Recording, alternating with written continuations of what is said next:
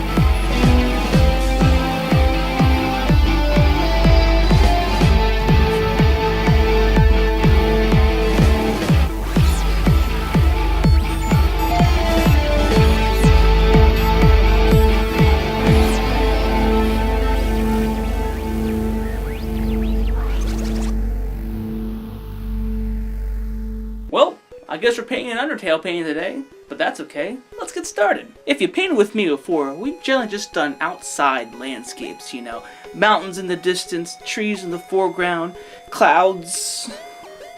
Take your brush, 2-inch brush, whoosh, get over here. Get some of that blue, get some of that black. Nice little mixture.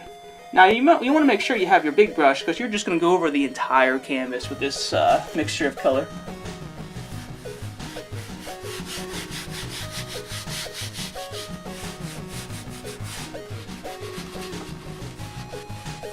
Something like that, you know. You don't need to cover all of this down here because we'll eventually get to it. You know how we start. We always like to start the super background, work our way to the foreground, even inside of a cave. Now it's kind of funny. The way we're going to paint this Undertale atmosphere is we're going to paint the very end of the game and work ourselves up to the very beginning of the game. So, spoiler alert, we're going to paint Asgore's castle first. Shh. Oh god, paint. Shh. And before we start painting the castle, we're going to paint the surrounding landscape around it. So I think it'd be cool to represent the divide, or whatever that's called, whenever you go through that little blinky white gate. You know, we're going to paint that first. So since we already set ourselves up with a black bluish background, that's still wet. You touch some white to that, you're going to get some cool color action. See? It's not pure white. Kind of has a little misty, smoky area. And this, as we call in painting, is negative space. How you can see some of the black showing through as I'm painting the white. So all of this is negative space.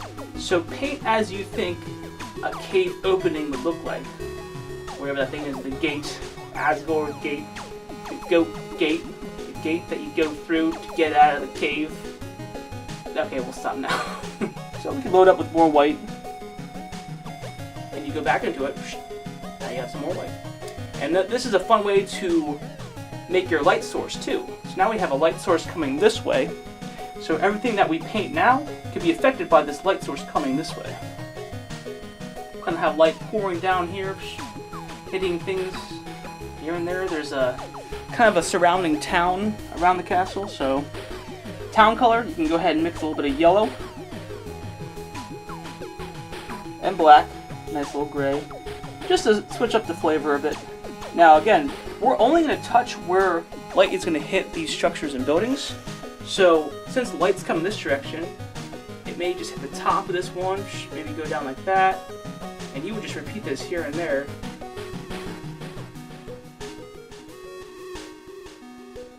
This may make more sense again whenever you see a more finished painting, but you kind of get the idea. Also, to make stalactites, get some of that white action. Make little V's, you see there, because it's being hit by the light. So it looks like it's kind of more towards us. Maybe fluff the one side of it.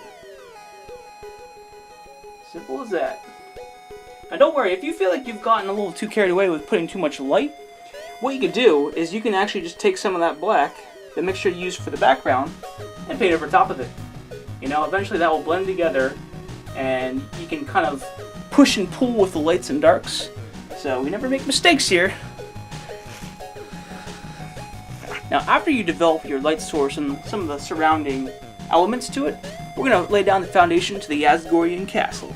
So we're going to take some of this cerulean blue, and this is really just going to be the peaks of the towers. So again, take some of that cerulean blue. Now we want the castle, we can put it right here. So it has 3 peaks. Lay one down like that. And it's okay if it looks muddy at first because you're picking up all that color underneath it. We're just laying down the foundation, so we're going to go back over top of this once that dries with more pure color. So just lay it down.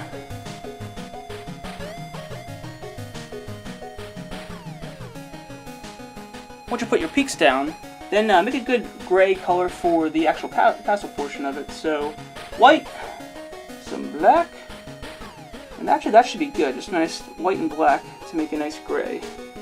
And just the overall outside shape or silhouette of the castle.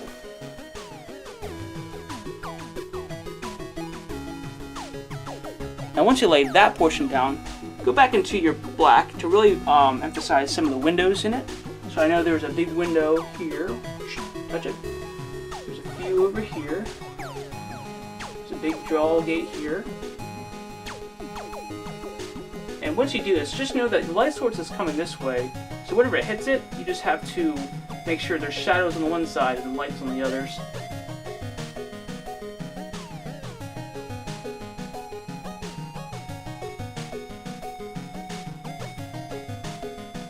Now you can plainly see, I'm just adding a little mixture of white and black and blue.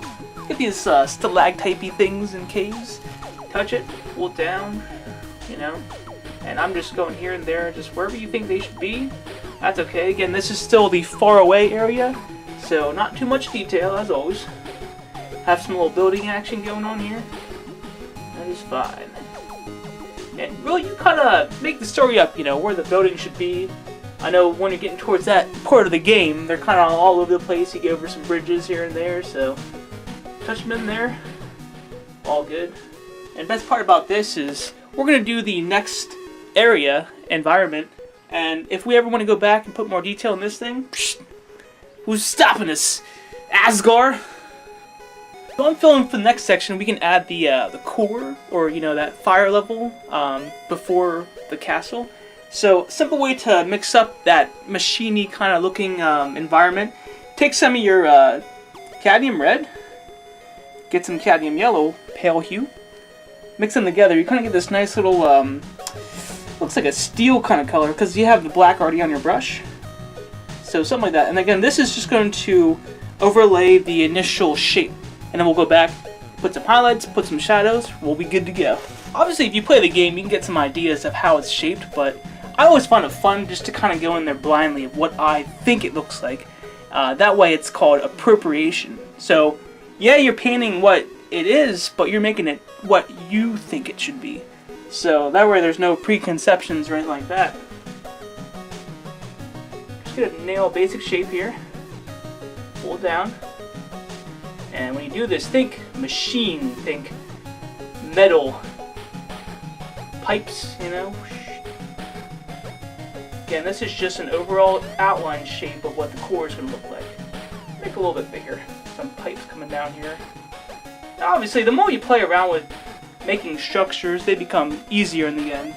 So, people say, hey man, how can you make that look so easy? Well, you do it enough, they all kind of look the same. And never be afraid, pop it on there. You can always paint over anything you don't want. People say there's no erasers on paintbrushes. Psh, just put more paint on there.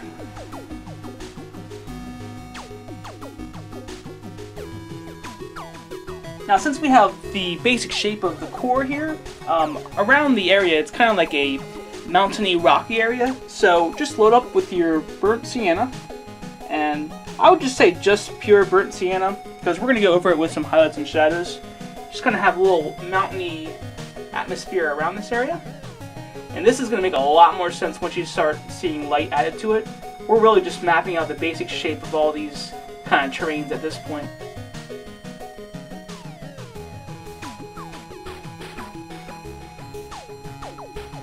Like I said, we have a basic overlay of shapes. We have what the core is going to look like. We have kind of mountainy landscape to fill it up.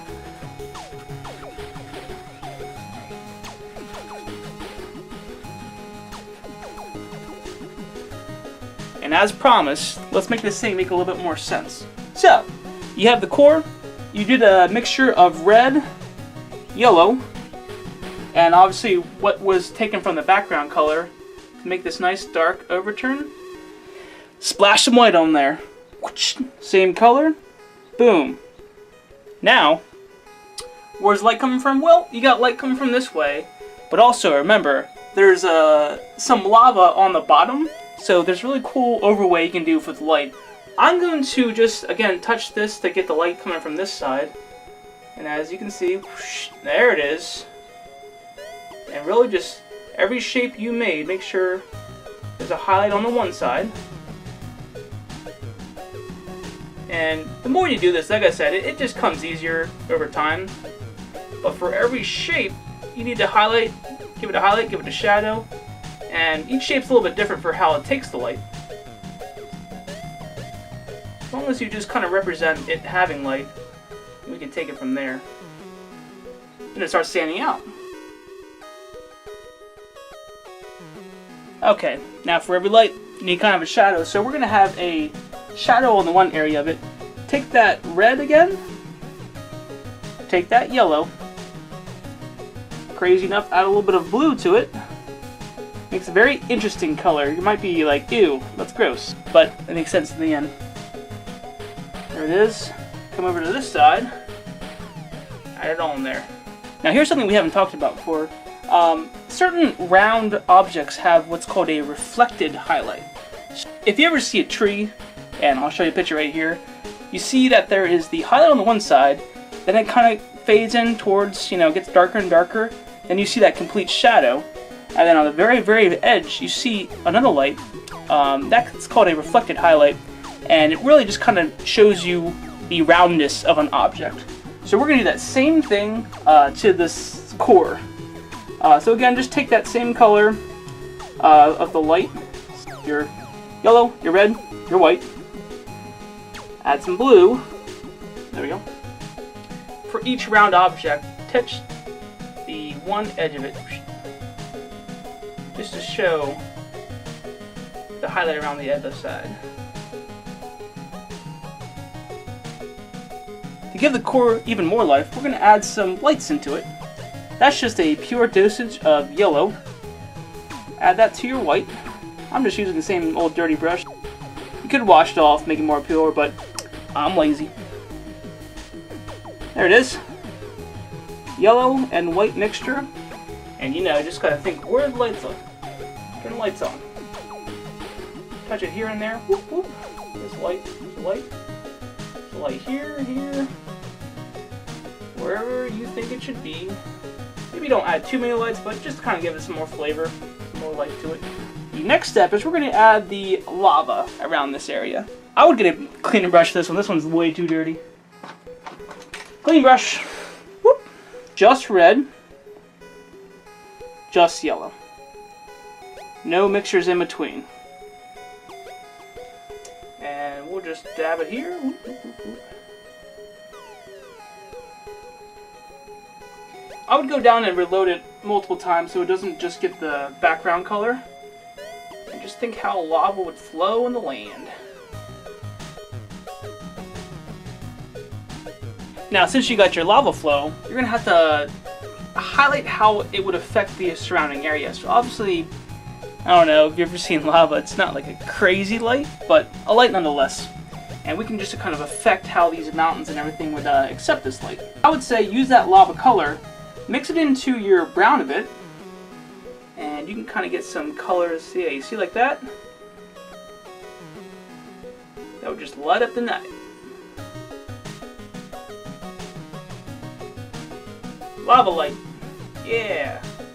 It's like a lava lamp. The further you go away from this lava, you're not going to have the same kind of highlight.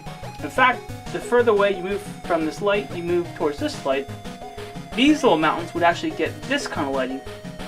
Actually a touch of blue too, because it's kind of that cave color. Something like that. Touch this area of it, yep. Again, light source is over here. Eventually it gets on this side. Whoop. That's looking pretty awesome. We got the hotlands, and in contrast we have, you know, in the distance, Asgore's castle. Let's go a little bit further. By further, I mean closer. By closer, I mean more to the beginning of the game, and paint the waterfall area of the game. So we could take that same brush we used for all the hotland. You know, we have probably a little bit of brown, a little bit of red and yellow on here. With that same color on the brush, go into the blue, alright? And this will kind of give you a cool brownish gray color. And this could be towards the sides of cliffs. As you see the ledges of the hotlands, take that color, pull it down, and now you have a contrast of a cliffed area. Now I might need to go back with some more brown just to give it some more contrast, but this will make more sense in a second here. Think like cliffs, you know.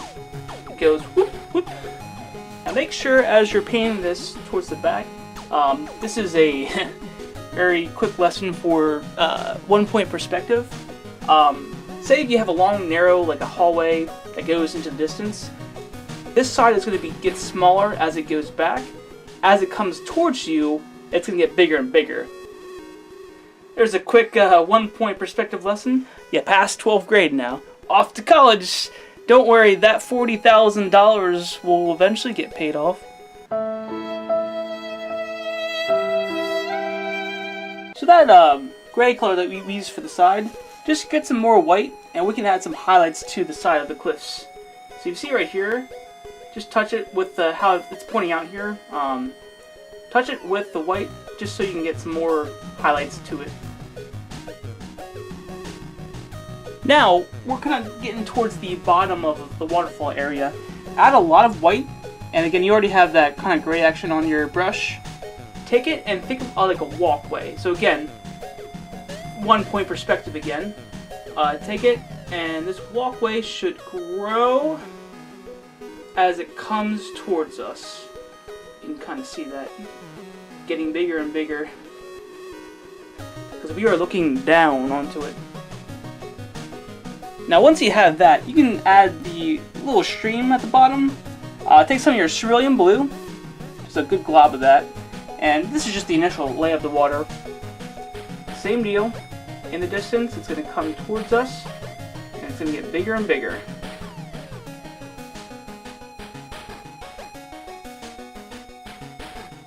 And you know, if you play this game, there's like puzzles everywhere with like little islands and whatnot, so you can kind of change the course of the water. Maybe put a little island there. Whatever you want. Because this is your world. So let's get deeper into the waterfall terrain area. You're going to have to really focus on angles to make it work out. I'm going to add another ledge to this side, kind of give it a little plateau. We're going to go back to the original cave, cliff color that we used. That was what, the brown, the white, the black to get a gray. Some brown in there. There you go. And pretend it's coming this way, you know. We'll leave a little path for this, but we're just going to use angles to represent another cliff here. This is going to be the top area. You'll see that in a second. And, yeah, maybe we'll go off here. It's also where we're going to add the waterfall. Alright, so now just to make it make sense, I want this top area to still maintain like a brown color, but to be mixed with blue, because it kind of gives, you know, around the waterfall area, there's that bluish hint to everything. So we'll take your, that blue, what's that blue called? take your ultramarine blue, I knew it, ultramarine blue with white and brown. That way you can kind of see how these cliffs are being formed. This would just be the top section of this plateau onto the mountain area.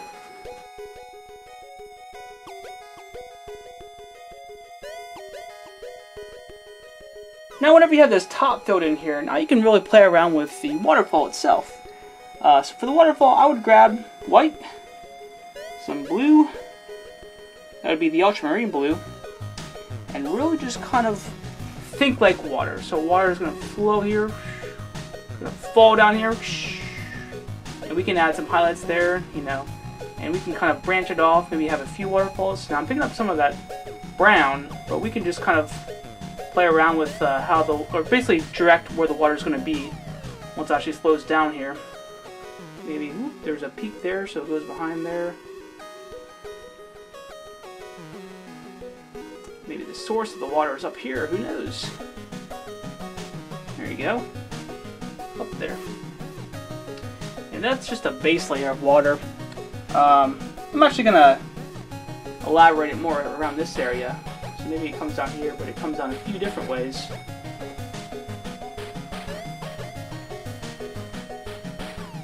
The way to make a very effective waterfall is before it falls down, you're going to see a highlight at the top. And then whenever it actually hits where the bottom's going to be, there's going to be a lot of smoke and mist around here. So you can really just kind of cloud it around, throw it around. You definitely need a lot of white because you're picking up a lot of the other colors.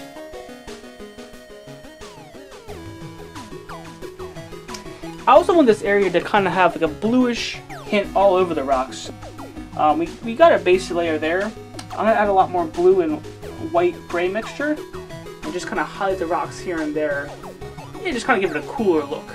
Cooler, as in color, but also cooler.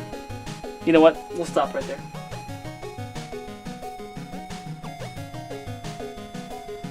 Whoops, got a little carried away there, didn't I? Well, since you're here again, basically what I did, I just filled in the water area for the waterfall here, which is blue. You know, kind of did a lot of things. But you get the basic idea. Waterfalls, water, yeah. Alright, we're getting closer to the end, which I guess in the game is the beginning. I guess to separate the waterfall area from the snow area, I'm going to have the bridge, you always see them going across the bridge in the game, coming down here connecting to like a cave, like entrance cave area. That being said, I'm going to fill this in, with the stone color, which is the gray, the brown, mostly dark gray. And we're going to put some dark in here like it's an entrance to another cave. Get seriously just pure black? Some blue too, why not? Just make sure it's really dark. Yeah, you see the contrast of that, and just kind of go around. And we'll add some more there, color there.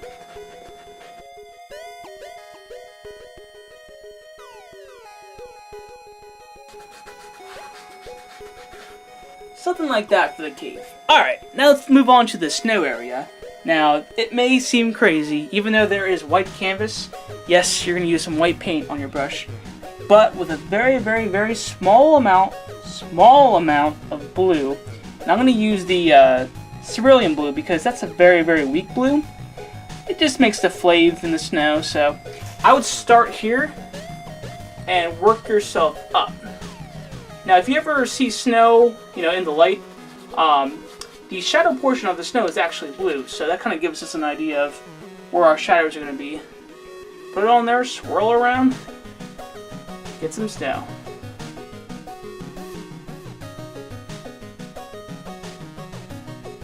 And there's some snow-covered evergreen trees. I guess we are going to add trees to this cave painting. Same thing as always, grab your burnt sienna, a little bit of black. Let's make the initial trunk. So we'll get a big one right here. There you go. Whoop. Snow picked up on that one, that's okay. There's a trunk. And maybe we'll just have one tree here and peaks of trees here and there, just so we don't cover up too much of the painting. After you got your basic trunk shape down there, go ahead and grab some of your green. Start at the top. Show some branches. More branches as it goes down.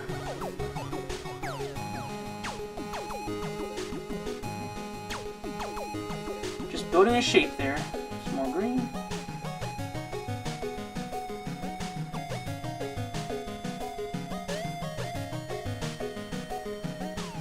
Now this is actually the best part. Since we have the shape of the evergreen tree, now we gotta add some snow to it. So, I guess it could be that same brush.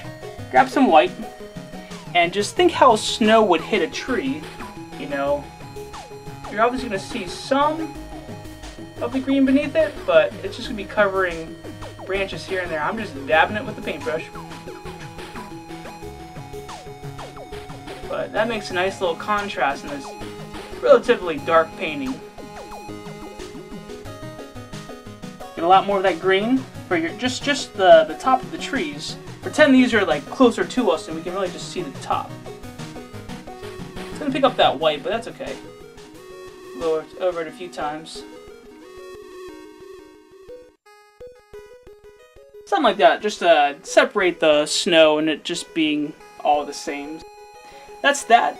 One more thing I think we could do to call this one done is to add a little bridge going down to the snow area to the waterfall area. Simple brush. I'm gonna grab some brown here. And think of a bridge. It's all about the angle, so I'm gonna make a post here. Post here. And then it's going to go like this, down to the cave area. Oh, might be going off, that's okay.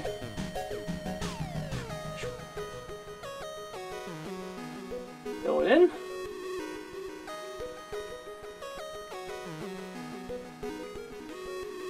Add maybe a highlight to the one side.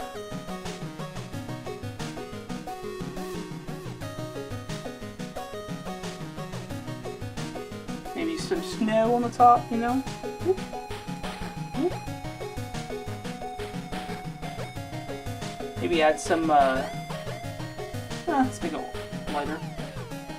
Some planks of wood going this way. Going down to the waterfall area. Okay, before we call this one done, I have a few more things I want to do. Super OCD. They say artists have a lot of OCD, and I will agree with that because, oh man, I can't. If something is not right, my life will not be complete until it is correct. Also, be careful. Sometimes when you paint, you totally lose track of time. I remember this one time I started painting, I'm like, this is great. What a good day to paint. And I looked outside, I'm like, where'd the sun go? And I painted for like 12 hours straight, and I didn't eat. So then I'm like, alright, time to go. Fell right over. Make sure you have a little like alarm that goes off to make sure you're in track with what time it is, and you should be good. But like I said, let's fix a few things before we call this one completely done. I want to go back in this area here because it kind of got a little boring since we had all this fun stuff and just kind of left it just in the distance. So grab some of your white and some gray, and just kind of go here and make more stalactites and just cave environment things. And maybe we'll go back to the hotlands, add a little bit more detail here. And who could forget the bridge that you fight Undyne on? You know, you're over here, you make it over to the hotlands, and that bridge is like, that could be right here. I just put some brown on there, drag it across, easy enough. Maybe drop a pillar down so it goes to the water. Whoop. Something like that. Alright, I think we satisfied the OCD, you know, it kind of went back everywhere, made it better. Alright, well, you know what to do. We gotta sign the paint and make sure people know it's you. Yours is not your friends. And to sign such a dark painting, you actually should use a little bit of a white. I think white and blue might be a good little place for a signature. Simple as that. There we go.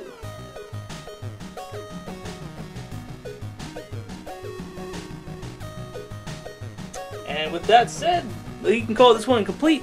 You beat stage 4 now. Offwards to Sans. Let's see if he's liking the painting I did for him.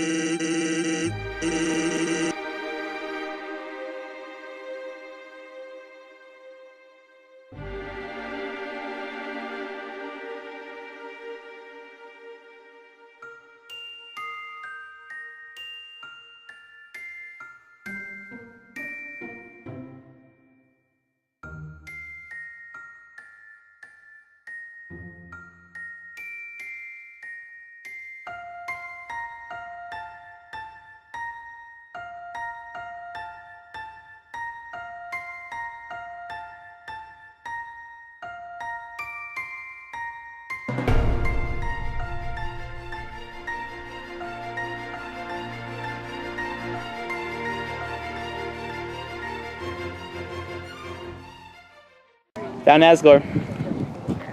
There he is.